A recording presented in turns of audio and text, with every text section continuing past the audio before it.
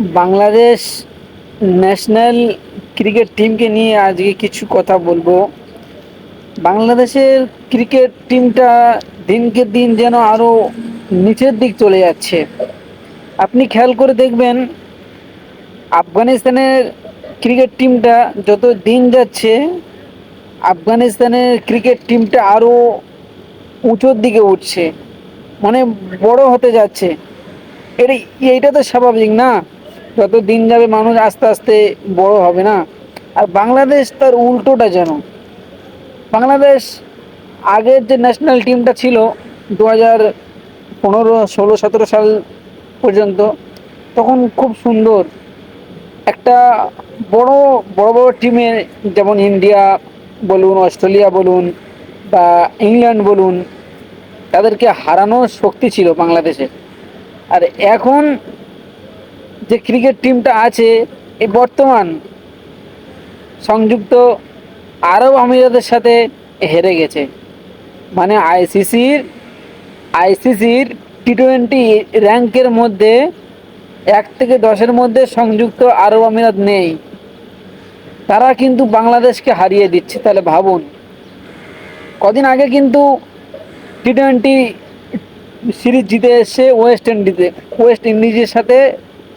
টি-20 series জিতে এসছে Bangladesh cricket team.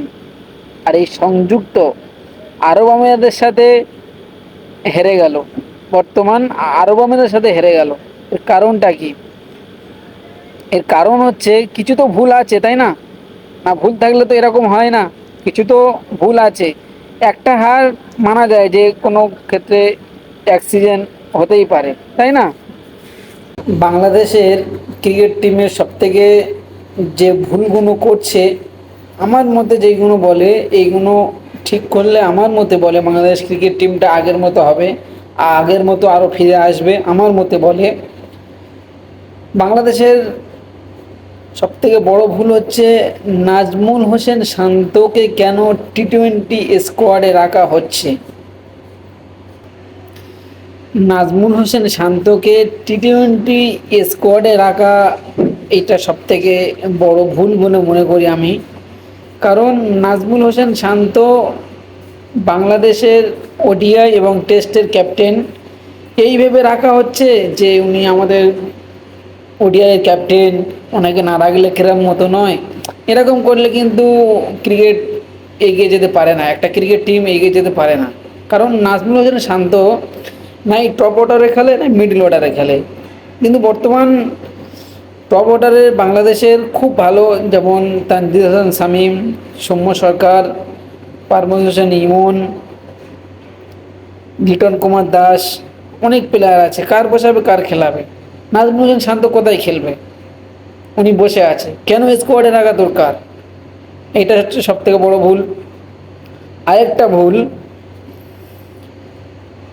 Sheikh মেহেদী, যে বাংলাদেশের বর্তমান টি-20 ভাইস ক্যাপ্টেন।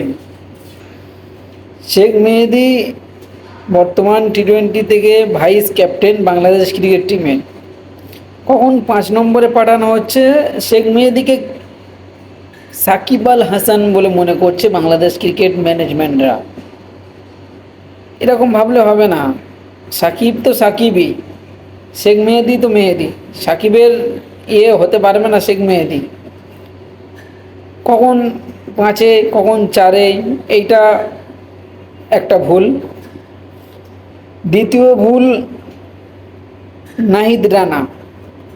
নাহিদ রানাকে টি-20 খেলানো আমার মতে বলে ঠিক নয়, ঠিক হচ্ছে না ক্রিকেট, বাংলাদেশের ক্রিকেট ম্যানেজমেন্টকে। কারণ উনি ওডিআই খুব ভালো বলার, খুব লাইন লেন্থে বল করে, টেস্টেও ভালো বলার, কিন্তু টি-20তে ওনার হবে না, হচ্ছে না।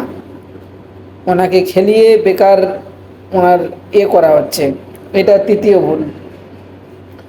চতুর্থ ভুল, তানজিম সাকিব এবং হাসান মাহমুদ যে মোস্তাফিজুরের অভাবটা পূরণ করবে এরা, এরকম কিন্তু নয়। মোস্তাফিজুরি যে ডেথ ওভারে এদের দিয়ে বল করে মোস্তাফিজের অভাবটা পূরণ করবে, এটা কিন্তু নয়। তানজিদ হাসান সাকিব এরকম বলার এখন হয়নি, এরকম বলার এখন হয়নি। তাদেরকে নিয়ে ডেথ ওভারে বল করা হচ্ছে, এটা একটা ক্যাপ্টেনের ভুল, এরকম করলে হবে না। ঠিক আছে, কিছু মানে করলে আর কি, বাংলাদেশ ক্রিকেট টিম প্লেয়ার অনেক ভালো ভালো প্লেয়ার আছে, যেমন সংযুক্ত আরব আমিরাতের সাথে পারভেজ হোসেন ইমন যে ইনিংসটা খেললো, দুর্দান্ত ইনিংস, বিরাট সুন্দর অসাধারণ ইনিংস খেলছে, ভালো ইনিংস খেলেছে।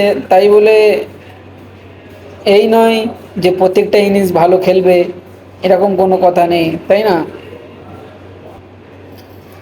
এই কটা আমার মতে মনে হয়, এই কটা ভুল যদি টি-20 থেকে এরা করে, আমার মতে মনে হয় খুব একটা ভালো পর্যায়ে পৌঁছে যাবে বাংলাদেশ ক্রিকেট টিম।